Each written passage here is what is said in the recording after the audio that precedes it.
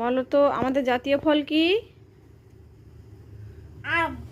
আচ্ছা, বলো তো জলে কোন ফল জন্মায়?